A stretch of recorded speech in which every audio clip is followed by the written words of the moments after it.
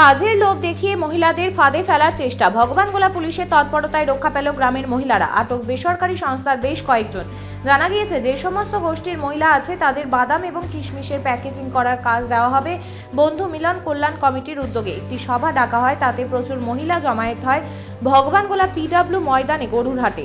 অজানা পরিচিত সংস্থার ডাকে প্রচুর পরিমাণে মহিলাদের জমায়েতের পরেই চাঞ্চল্য ছড়িয়ে পড়ে এলাকায়। পরবর্তীতে খবর যায় ভগবানগোলা থানার ওসির কাছে এবং ভগবানগোলা 1 নম্বর ব্লক বিডিও সাহেবের কাছে। প্রশাসনিক দপ্তরের অফিসার গিয়ে তাদেরকে আটক করে এবং তারা বর্তমানে লকআপে আছে। বিডিও এবং ওসি কাগজপত্র দেখার পর তাদের কাগজপত্রে অসঙ্গতি পাওয়া যায়, তার কারণেই তাদেরকে গ্রেপ্তার করা হয়। পুলিশের তৎপরতায় ভগবানগোলার এলাকার মহিলারা চিটিংবাজের হাত থেকে বাঁচল বলে মনে করা হচ্ছে। গতকালকে একটা সংস্থা কিছু মহিলাদেরকে নিয়ে ট্রেনিং করার নামে কিছুদিন আগে আমাদের পার্টি অফিসে এসে আমাদেরকে কাজ করে আমন্ত্রণ জানায় যে আমরা এখানে একটা ট্রেনিং করব, সেই ট্রেনিংয়ে আপনারা উপস্থিত হবেন। আমরা সেই সূত্র ধরে সেইখানে উপস্থিত হই। সেইখানে গিয়ে দেখি বিষয়টা সম্পূর্ণ প্রতারণা এবং চিটিংবাজ। সেইখান থেকে আমরা বিধায়ক সাহেবকে কল করি। বিধায়ক সাহেব তখন আপনার ওসি এবং বিডিওকে জানায়। তারপরে আমরা ওনাকে আইনের হাতে উঠিয়ে দিই। এই হচ্ছে পরিস্থিতি।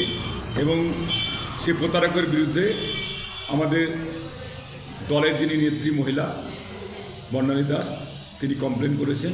3 জনকে অ্যারেস্ট করা হয়েছে। আইনের পথে চলবে, এটাই হচ্ছে বিষয়। এই নিয়ে বিরোধীরা কাদা ছোড়াছড়ি নোংরা রাজনীতির খেলায় নেমেছে। তৃণমূলের নেতৃত্বকে কালিমুক্ত করার জন্য একটা চক্রান্ত করছে।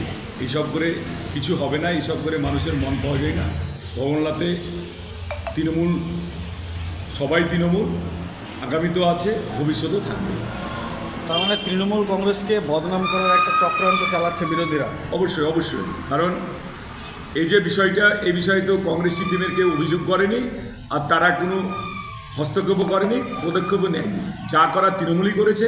তৃণমূল বুঝেছে এটা অন্যায় কাজ হচ্ছে, মানুষকে চক্রান্তের ফাঁদে ফেলানোর একটা চক্র চলছে। সেই চক্রের হাত থেকে বাংলাবাসীকে আমরা রক্ষা করেছি। সে সংস্থাটা কি সংস্থা বলেছিল? সেটা আমার কাছে ওরা যে চিঠিটা পাঠিয়েছে, আপনাকে আমি দিচ্ছি চিঠিটা। সেই চিঠিতেই সমস্ত কিছু লেখা আছে। আমরা খবরের মাধ্যমে সেই চিঠিটা প্রকাশ করে দিবেন। আপনি কি চাইছেন এখন? আমরা চাইছি যেসব মানুষকে এই প্রতারণার জালে সংঘবদ্ধ করেছিল তাদেরকে আমরা রক্ষা করতে। কারণ তৃণমূল কংগ্রেস অন্যায়কে প্রশ্রয় দেয় না, সবসময় মানুষের হিতে কাজ করে, মানুষের ভালো কাজ হয় সেই ব্যবস্থা আমরা করি।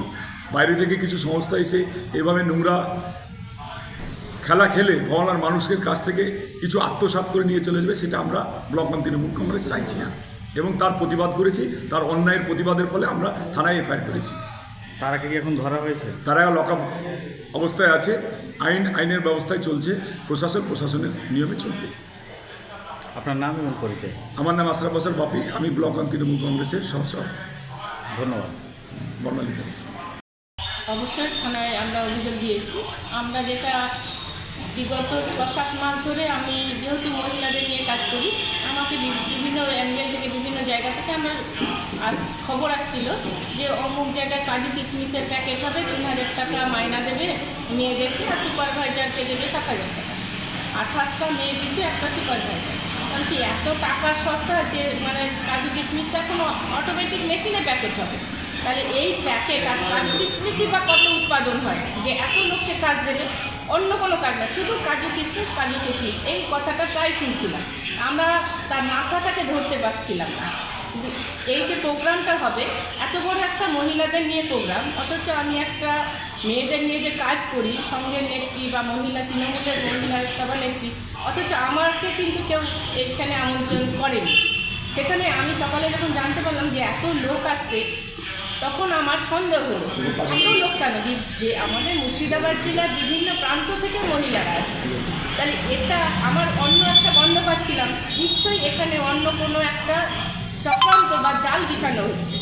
তখন আমরা আমাদের পার্টি অফিসে আসি এবং পার্টির কিছু নেতৃত্বের সাথে আলোচনা করি, এমএলএ সাহেবকে জানাই, এবং সেখানে এমএলএ সাহেবের সহযোগিতায় বিডিও সাহেব এবং আমাদের মাননীয় ওসি সাহেব তাদেরকে ওই প্রোগ্রাম থেকে ডাকার পর তাদের কাছ থেকে তথ্য তারা যেটা জানতে চেয়েছে নিশ্চয়ই তাদের তথ্যের মধ্যে অসঙ্গতি আছে বলে তাদেরকে বিডিও সাহেব এবং ওসি সাহেব এবং এমএলএ সাহেব তারা পুলিশের হাতে কিন্তু তাকে তুলে দেওয়া হয়। তাদের নামে আমরা কেসও করেছি, আমার উদ্যোগে আমরা কিন্তু কেস করেছি তাদের নামে, যে তারা যে এত কাজ দেবে, তাদের ওয়ার্ক অর্ডার, তারা কোথা থেকে সাপ্লাই, মানে কোথায় সাপ্লাই করবে কাজু কিশমিশটা, এবং তাদের বাইল কী, তাদের মেমোরান্ডাম কী, তাদের রেজিস্ট্রেশন নাম্বারটা কোথায়, আমাদের লোকালে তাদের অফিস কোথায়।